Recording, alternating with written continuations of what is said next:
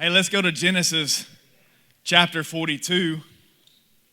Our journey with Joseph continues into another week. And just to jog your memory a little from where we left off last week, Pharaoh has released Joseph from prison. Joseph has interpreted Pharaoh's dreams. He has since predicted and prepared Egypt for an impending famine. That famine has hit, which has brought Joseph face to face once again with his brothers. And so we're going to pick up there in the narrative in Genesis chapter 42, starting in verse 7. God's word says that Joseph saw his brothers and recognized them, but he treated them like strangers and spoke roughly to them. "Where do you come from?" he said. They said, "From the land of Canaan to buy food." So the famine is so severe that it has driven Joseph's family to seek food elsewhere than their homeland. So they have left Canaan. They have heard that Egypt has food. They've traveled there and they've ran into Joseph unknowingly. Joseph immediately recognizes his brothers, but he kind of hides his identity from them. And Joseph remembered the dreams that he had dreamed of them. And he said to them, "You are spies. You've come to see the nakedness of the land." And they said to him, "No, my lord, your servants have come to buy food. We are all sons of one man. We are honest men. Your servants have never been spies." He said to them, "No, it is the nakedness of the land that you've come to see." And they said, "We, your servants, are 12 brothers, the sons of one man in the land of Canaan. And behold, the youngest is this day with our father, and one is no more." But Joseph said to them, "It is as I said to you, you're spies. By this you shall be tested. By the life of Pharaoh you shall not go from this place unless your youngest brother comes here. Send one of you and let him bring your brother while you remain confined, that your words may be tested, whether there's truth in you. Or else by the life of Pharaoh, surely you're spies." And he put them all together in custody for 3 days. So Joseph has them all arrested and put in the prison for 3 days. On the third day, Joseph said to them, "Do this and you will live, for I fear God. If you're honest men, let one of your brothers remain confined where you are in custody, and let the rest go and carry grain for the famine of your households. And bring your youngest brother to me. So your words will be verified, and you shall not die." And they did so. Then they said to one another, "In truth, we are guilty concerning our brother, in that we saw the distress of his soul when he begged us, and we did not listen. That is why this distress has come upon us." So now they're headed back to their homeland. Joseph has kept one of the brothers behind in custody, and they're discussing why they're having to go through this. And they've come to the realization they think that this is God's punishment upon their life for what they did to Joseph. And so as they're walking back, they're having this discussion. They're like, "Man, this guy's putting us through all this because of what we've done to Joseph all those years ago." In verse 22, and Reuben answered them, "To not tell you not to sin against the boy?" Reuben's like, "I told y'all to leave him alone that day. I told y'all we don't need to kill him. I told y'all we don't need to put him in the pit, but you did not listen." So now there comes a reckoning for his blood. They did not know that Joseph understood them, for there was an interpreter between them. And then he turned away from them and wept. And he returned to them and spoke to them. He took Simeon from them and bound him before their eyes. Joseph gave orders to fill their bags with grain, to replace every man's money in his sack, and to give them provisions for their journey. And this was done for them. And then they loaded their donkeys with their grain and departed. And as one of them opened his sack to give his donkey fodder at the lodging place, he saw his money in the mouth of his sack. And he said to his brothers, "My money has been put back. Here it is in the mouth of my sack." At this their hearts failed them. And they turned trembling to one another, saying, "What is this that God has done to us?" How many of you are bold and brave enough to admit, by a show of hands, that you're a crier? Any criers in the house tonight? I mean, you feel no shame or embarrassment whatsoever. You'll bust out in tears so quick. Just me asking that question, you're almost on the edge of crying right now. You feel no shame, no embarrassment in public or private. It doesn't matter. You can be happy, you can cry. You can be mad and you'll cry. You can be sad, you cry. You'll just cry. That's not me. I'm just not a crier. Always hated crying. Here's the main reason, though. Crying embarrassed me more than anything. I didn't want other people to know that I was hurt, whether that be physically. So go back to like your early playground days, you're swinging on the monkey bars and you lose a grip. You hit the ground, knocks the breath out of you, and you're just like, but I was determined, like you can feel the tears coming. I'm like, I'm not going to do it. All my friends are going to make fun of me for crying. Like you tough it out, or whether it be emotionally. I didn't want people to know that I was hurt emotionally. Like I can remember just if I ever got in trouble in class or something. Like I was a rule follower to the T. And so if I ever got in trouble, my teacher got onto me or something, like I could instantly feel like my face flush because I was so embarrassed. I was like, I don't want to cry. I don't want people to know that I'm upset because I got in trouble and I'm embarrassed. And everybody's looking at me and they're going, ooh.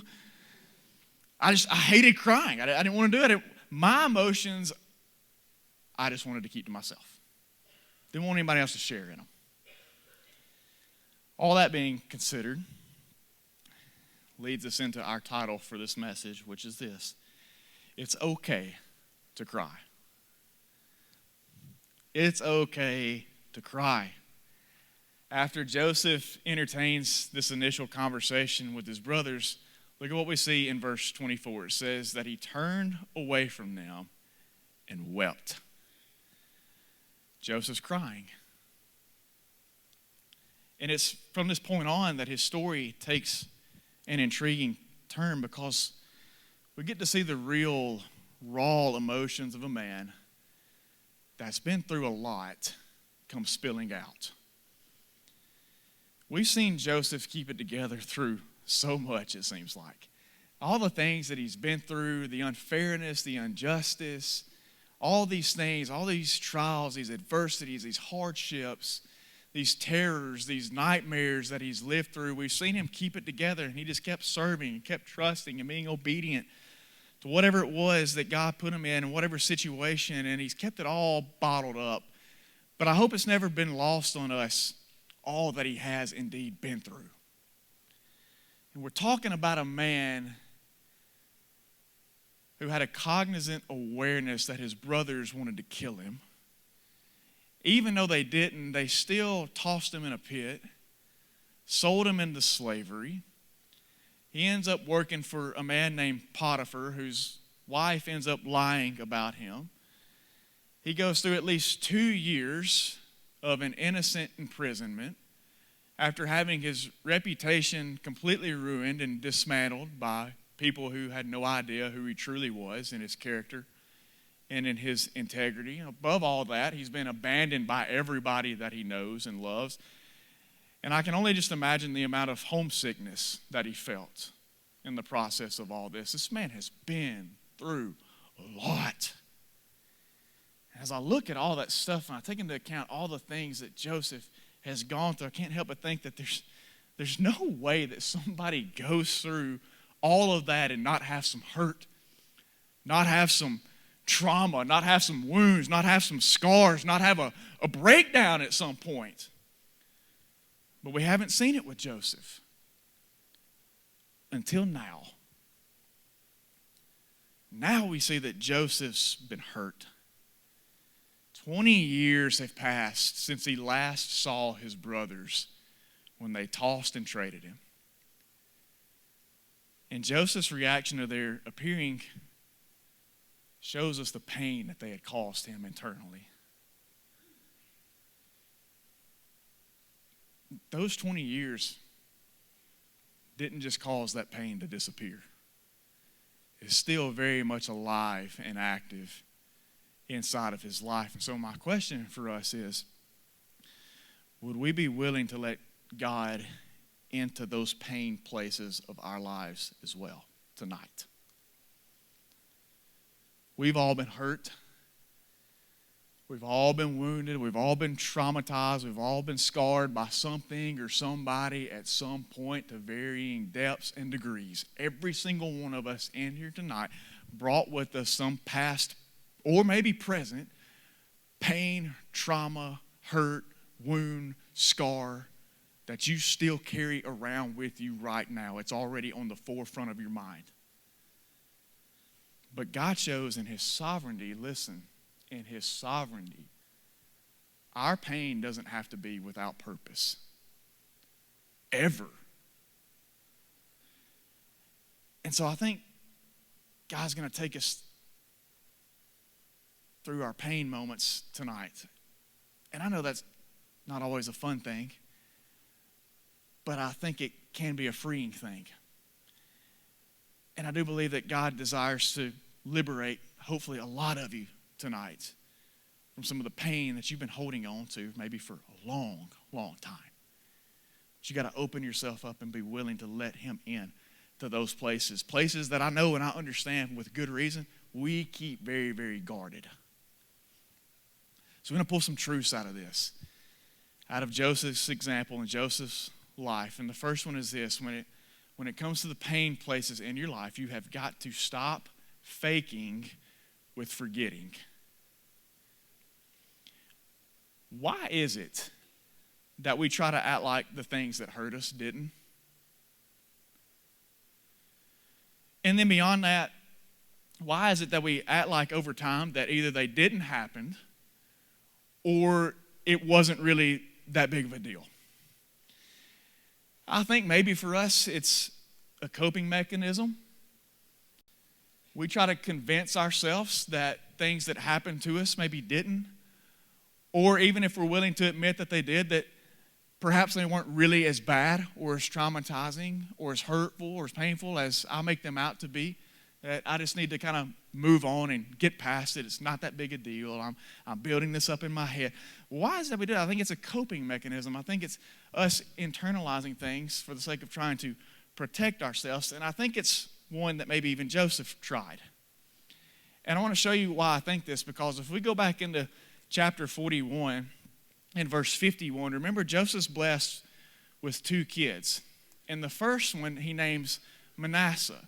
And he gives the meaning behind that name. Listen to what he says. He says that Joseph called the name of his firstborn Manasseh. For he said, God has made me forget all my hardship and all my father's house. But then when we jump down to where we started at tonight in the narrative, in chapter 42 and verse 7, it says that Joseph saw his brothers and recognized them. Hold on a second, though. I'm naming my firstborn son Manasseh, for God has made me forget my hardships and all my father's house. Chapter 42, verse 7, Joseph recognized his brothers. Something doesn't exactly add up. I think I understand Joseph's sentiments behind naming his son what he did. The Lord has made me forget my hardship and all my father's house, in the essence that Joseph said, God has helped me to move on from past things. But he had not forgot. You can move on, but not forget. Joseph had indeed moved on. God had brought him to a new place in life, but he had not forgotten the things that his brother had done to him. How many have heard the expression forgive and forget? It's a cute saying, but it's 50% stupid. Forgive, absolutely. But the reality is we don't forget. Sure, we may forget small offenses or trivial hurts or traumas or pains, but we don't forget those that reach our souls. We don't forget those kind of hurts that cut to the deepest parts of us. 20 years have gone by. And Joseph's life may have moved on, but he hadn't forgotten the pain. And how could he? Everything that he went through could technically be traced back to his brothers and their actions. The fact that he was stripped and sold, all the false accusations that he had faced, the jail time that he had served, the years technically that had been taken from his life, all that could be traced back to the actions of his brothers. So how could he just simply forget? We don't forget what deeply wounds us. That's the fact of the matter. I still remember being called Four Eyes in 3rd grade when I first started wearing glasses. It's fine, y'all can laugh. It's okay, like I've dealt with it. Can't you tell? Doesn't bother me anymore, okay? Like I got past that. It didn't cause me any kind of self-conscious. It's like I still refuse to wear glasses to this day, but that's not the reason why. I'm fine with it now. We worked through it. 4 eyes are better than 2 anyway. At least that's what I used to tell myself, coping. Some of you still remember being laughed at in a lunchroom. Listen, you don't forget an abuser.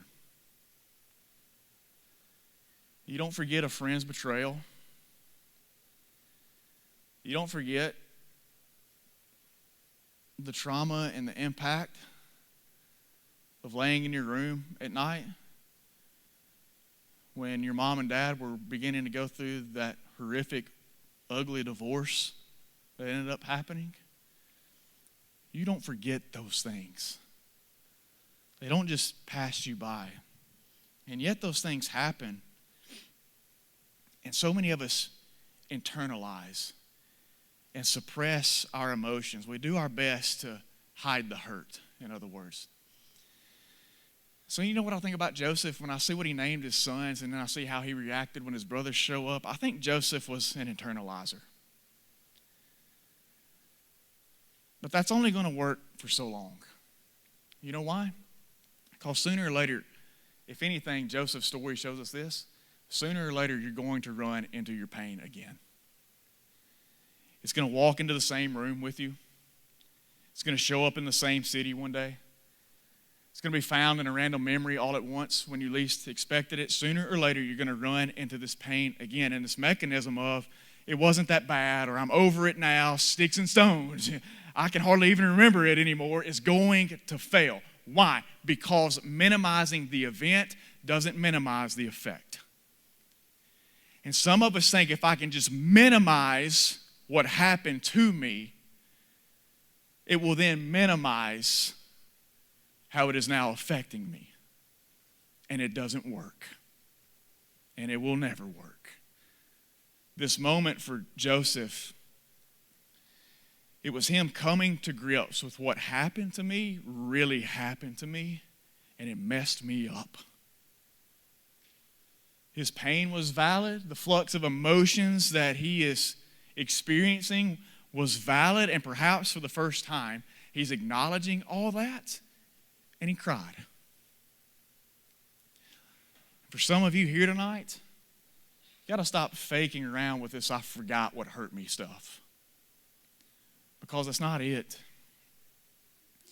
And the feelings that you still feel about the pain that you experience are valid. The emotions that you feel when you remember that pain, all those things are valid. And here's the deal. God doesn't ask us to forget our hurt, but I do think he wants us to acknowledge it. And I know he doesn't want us faking it like it didn't happen. Nor does he desire that we minimize the impact of it. Why? Because you'll never see the purpose of it that way. The more we take the pains and the hurts and the trials and the traumas that we've been through and we dumb them down and we suppress them and we internalize them, we push them down as far as we can, trying to get them to a place of oblivion, will cause us to overlook and never see the purpose of why God allowed those things to enter into our lives to begin with. So we've got to stop faking like these things that happened to us didn't and start acknowledging the fact that I got hurt and it really hurt and it messed me up. It really did. It's okay to be messed up. We all are to some extent. But the story moves on. Now I'm going to skip over a pretty good chunk of this, but I'm going to give you the context to keep you caught up. Joseph takes Simeon, keeps him in prison. He fills the rest of their bags and says, I tell you what, the rest of y'all go back home. But if you come back, since you claim to have a younger brother, bring him with you. That way I'll know you're not lying about who you are and where you come from. Now, Joseph knows all along. He's playing this little game with his brothers. But he tells them, if you're going to come back, you bring your brother with you. And so they all go back home. They've got their knapsacks full of food. They show back up to Jacob's house. And they tell Jacob, what Jacob's like, what happened? And they were like, oh, man, dude, Dad, you're not going to believe it. Like this wild thing, man. We got to Egypt, and there's this governor there. And we showed up, and, dude, he was like rough talking us when we first got there. Like, we were scared to death. He put us all in prison for 3 days. We didn't know what was going on. We thought he was going to kill us. And all of a sudden, he starts questioning us about our family and where we come from. And do we have a father? And is he alive? And what about any other siblings? And we're like, yeah, man, we're all brothers from the same father and come from the land of Canaan. And we told him that we had a younger brother named Benjamin. And Jacob's like, whoa. You mentioned Benjamin? They're like, yeah. And he told us, he said, man, if y'all ever come back, if you come back and get grain again, you got to bring your younger brother with you. And Jacob's like, yeah, no chance. You're not taking Benjamin with you. And see, the last time you clowns went out somewhere and the youngest of you followed up, he never came back. So you're not taking Benjamin because I'm not going through that all over again. But they're like, but he said if we come back, we got to bring him. So Jacob's like, it's not happening. And so finally Reuben steps in and he's like, him and Judah, some of the older brothers, are like, Dad, here's the deal. If we have to go back, just put it on us. We'll take care of Benjamin. If anything happens to Benjamin, then you can have our sons in his place. Finally, Jacob's going to give in because they get to a point where they have to have food again. They're out. They got to go back to Egypt. So Jacob's like, fine, take Benjamin. If he ends up dead, he ends up dead. We got to take the chance because we got to have food. And so when his brothers first show back up in chapter 42, in this first conversation we saw them have, we get the sense that Joseph sees an opportunity. Really an opportunity for vengeance, an opportunity for payback. I mean, it has walked right into his lap. He's rough talking his brothers. He has them all arrested. He ends up keeping Simeon locked up. He's perpetuating this fear amongst his brothers. He issues a stern warning to them not to come back without the youngest one, but he provides for them nonetheless. And when they do return, we see things have begun to change inside of Joseph. And that's what we're going to pick up in chapter 43, starting in verse 16. It says, when Joseph saw Benjamin, so they brought Benjamin with them this time.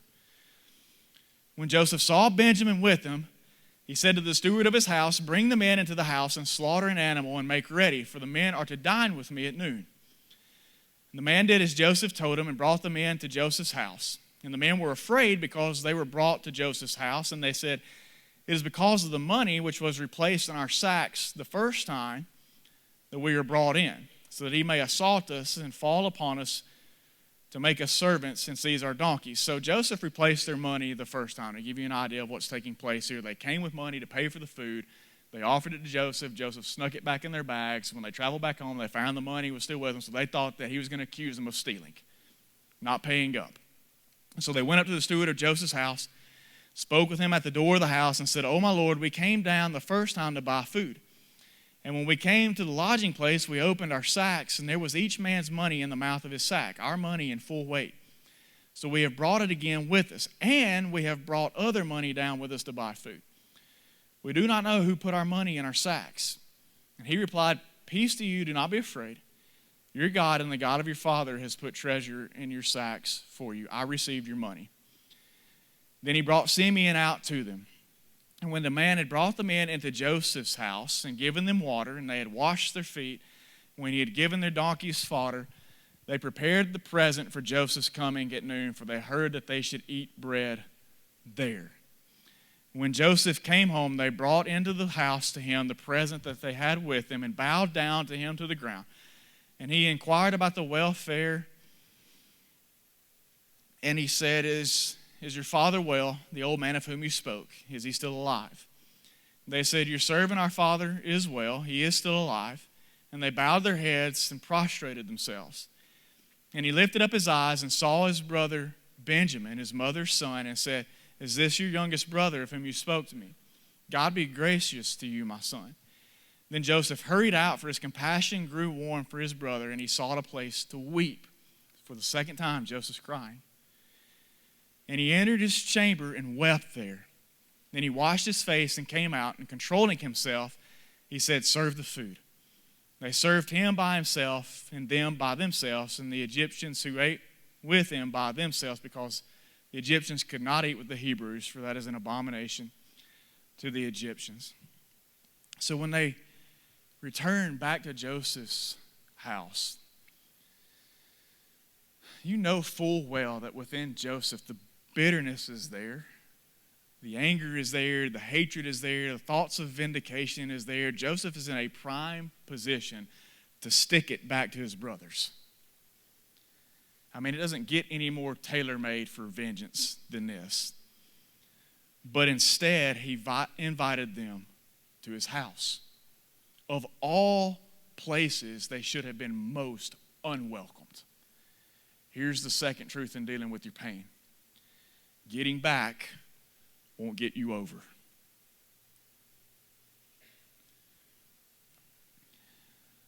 Joseph has a prime opportunity to get back at his brothers. What do we find him doing instead? He invites them over to his house.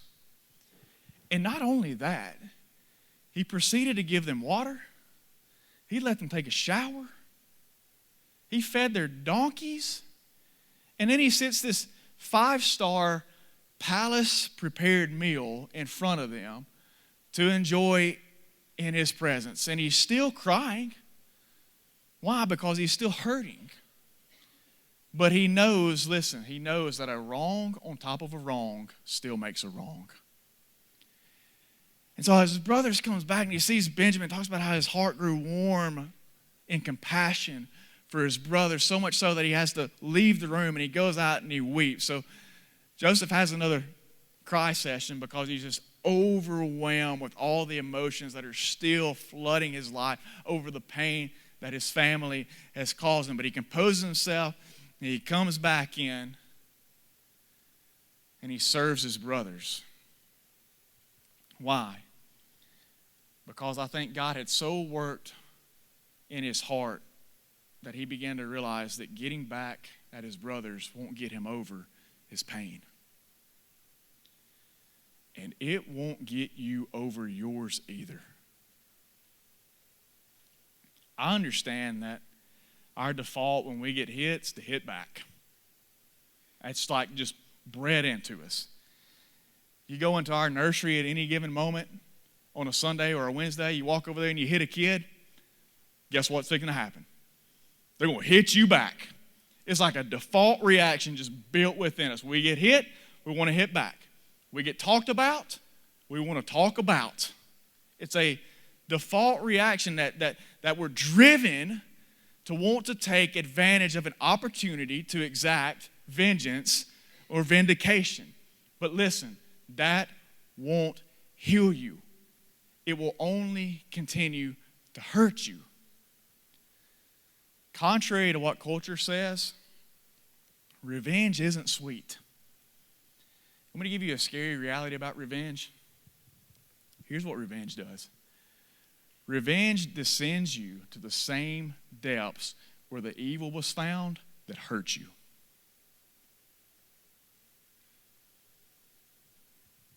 It's a poison that you need to stay away from when it comes to moving past your pain. And Joseph is learning that overcoming the pain of his past, it isn't about burying it. It's about blessing it. And I know that seems so counterintuitive to everything inside of us. But instead of choosing to bury his pain, Joseph has figured out that's not going to work, so he's blessing his pain instead. And God's word teaches us this very firmly through 1 Peter chapter 3 and verse 9, where he instructs us to do what? To not repay evil for evil or insult for insult, but repay with blessing.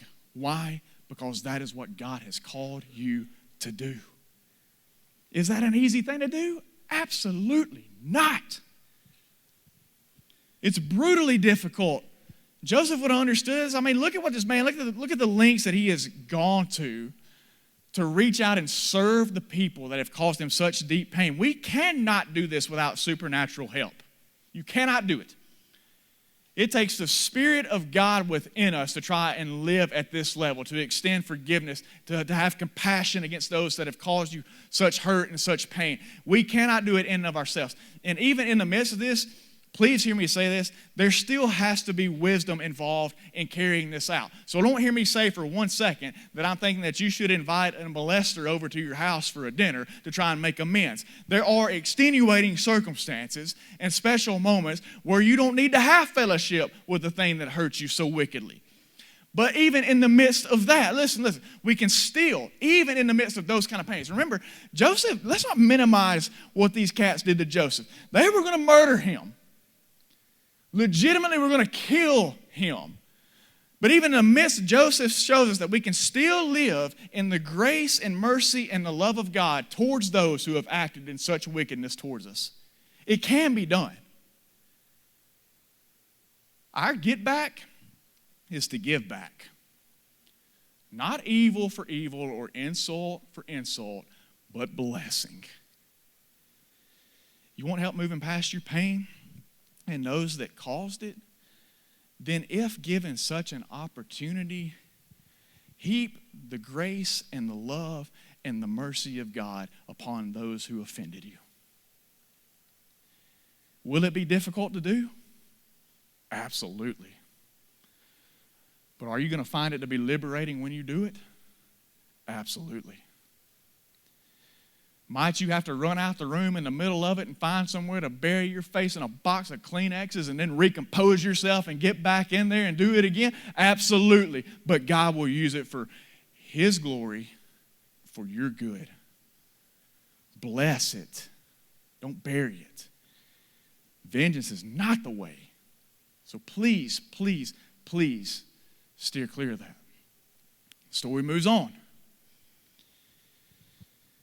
After dinner is over, something interesting happens that we could just skip right by if we're not careful. It's a small detail, but it's a significant one, I believe. Genesis chapter 43, I stopped short of this and go back to verse 33. So dinner's over with. Now you have to understand a little bit of the customs here.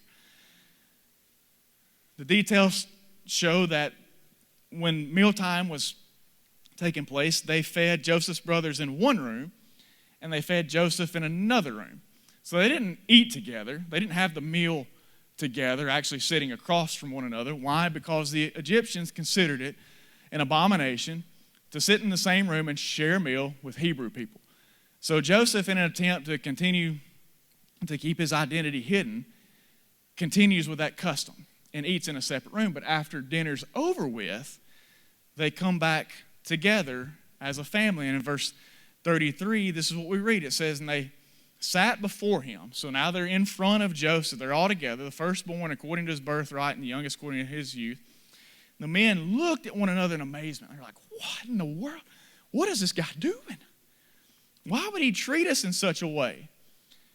And then it flashes back to what the meal was like. It says that portions were taken to them from Joseph's table, but Benjamin's portion was 5 times as much as any of theirs. And so Joseph, I think it's like a subtle jab. In some ways, Joseph, unbeknownst to his brothers, like, man, y'all hated on me when I was the youngest. Now Benjamin's on the scene. He's getting 5 times as much as the rest of y'all. Forgiveness is on its way. I'm trying to deal with my pain and all. Like, we're gonna let it go before it's all over with. But Benjamin getting the good stuff. Y'all gonna have some. Benjamin getting like 5 times as much as y'all. And then afterwards, this is the little detail that I think is worth noticing. It says that they drank and they were merry with him. Here's the third truth. You can smile through the tears. After the meal, we see Joseph and his brothers hanging out. They're laughing. They're enjoying each other's company. I want to address this just for a moment because some of you might go digging, and I don't want it to cause you any confusion. When it says that they drank and were merry with him, that word merry, literally in the original language, means that they became intoxicated with one another. So in essence, what we have, if we have Joseph and his brothers getting a little drunk with each other. Now, let me clarify something. Not everything that the Bible reports means that that is what the Bible supports. We have all kinds of things in Scripture that we read about that took place. That doesn't mean God's saying it's okay to do those things. And so they get together, and in all honesty, kick the bottle back a little bit. And they're having a good time. They're laughing. They're joking. They're cutting up. But here's the point of it all. For the first time in 20 years, they're all together, and they look like a family. They're acting like brothers that love one another. There's no sense of animosity. There's no jealousy. There's no envy. There's no spite. There's no resentment. And not that his brothers would have had any of those things to begin with, because they still don't even know that this is Joseph. But Joseph could have very well still had those things. And yet the point to see is that he's with his brothers and he's invited them into his house and they're laughing and having a good time. They've had a meal together. And the thing is, the wonderful truth about pain is that God can still bring you joy in the presence of it. Joseph is literally sitting in the presence of his pain. And he's merry. He's laughing. He was just crying in the other room a second ago, and now he's laughing with his brothers. Where do you think that comes from? A supernatural joy that God has kept restored in his life. I think some of you need to be reminded of that. Quite simply, that the presence of pain doesn't have to mean the absence of joy.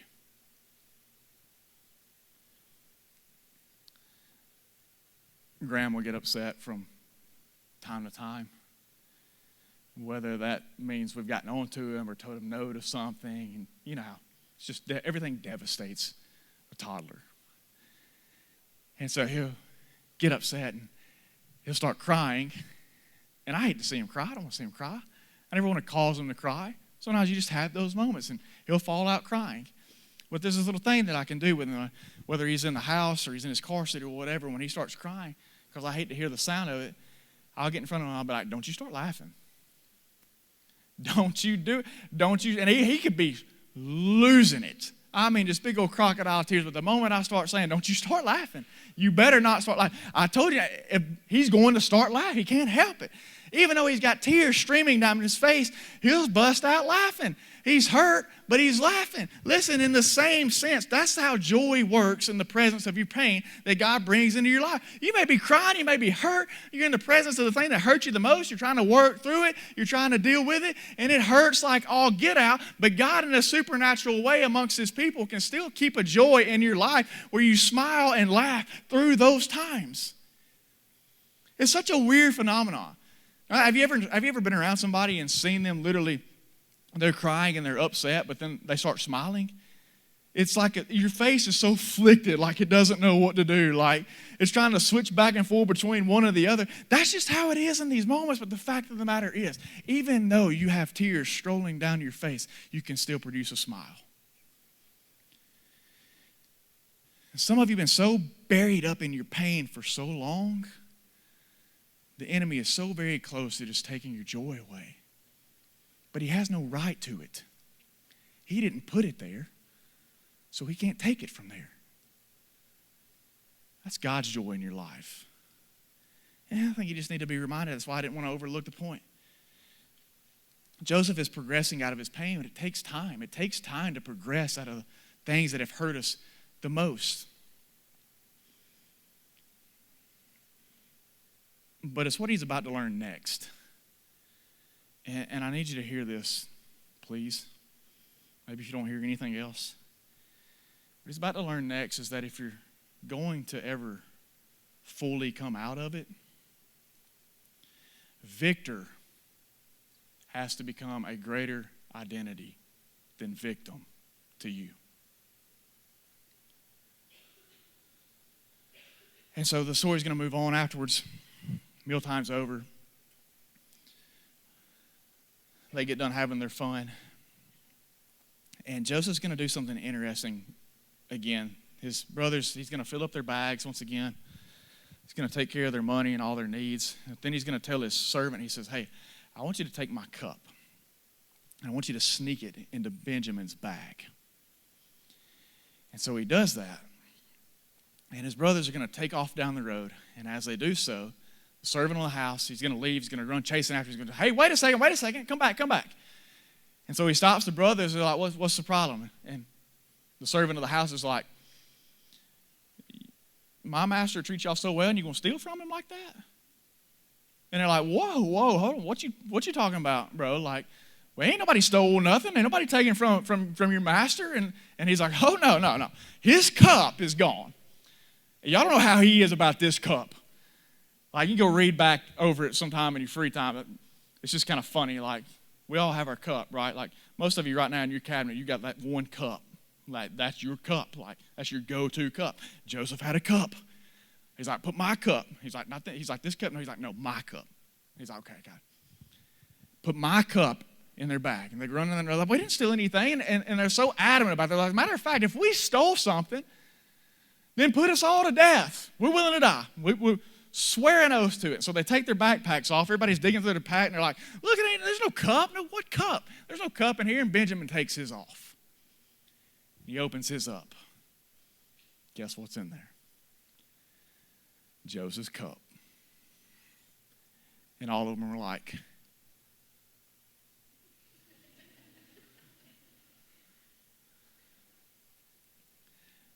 see, this is a problem.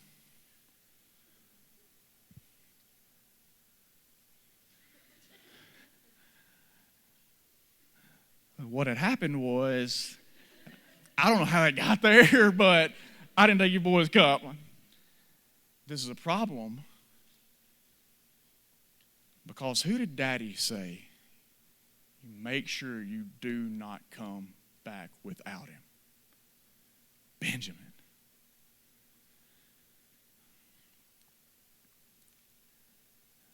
His brothers are about to have a freak out.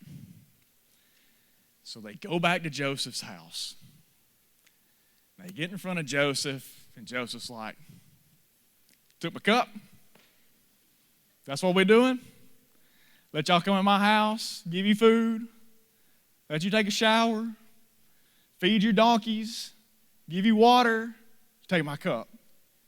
We rolling like that? And Judah speaks up. And he begins to make a defense for his brother Benjamin. He says, I don't know how that happened, but we can't deny the fact that he has your cup. But here's the deal. If you take Benjamin and some kind of harm comes upon him, my father told us before we left, it was all we could do to get him to allow Benjamin to come. And he told us that if something happens to him, if you let something happen to Benjamin and he doesn't come back to me, I will die in my sorrow. And so Judah begins to explain to Joseph. He says, so here's the deal. Whatever kind of trade we have to make, you leave Benjamin alone and you take me instead. And it's significant. It's significant. I'm going to show you why.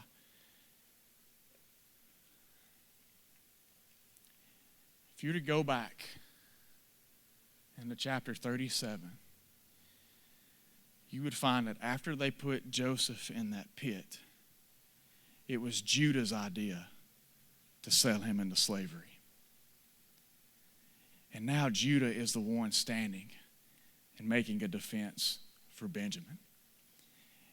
And it absolutely overwhelms Joseph to this point. Chapter 45, verse 1 says, then Joseph could not control himself before all those who stood by him. He cried, make everyone go out from me. So no one stayed with him when Joseph made himself known to his brothers, and he wept aloud so that the Egyptians heard it, and the household of Pharaoh heard it. And Joseph said to his brothers, I'm Joseph. Is my father still alive? But his brothers could not answer him, for they were dismayed at his presence. So Joseph said to his brothers, come near to me, please. And they came near, and he said, I'm your brother Joseph, whom you sold into Egypt.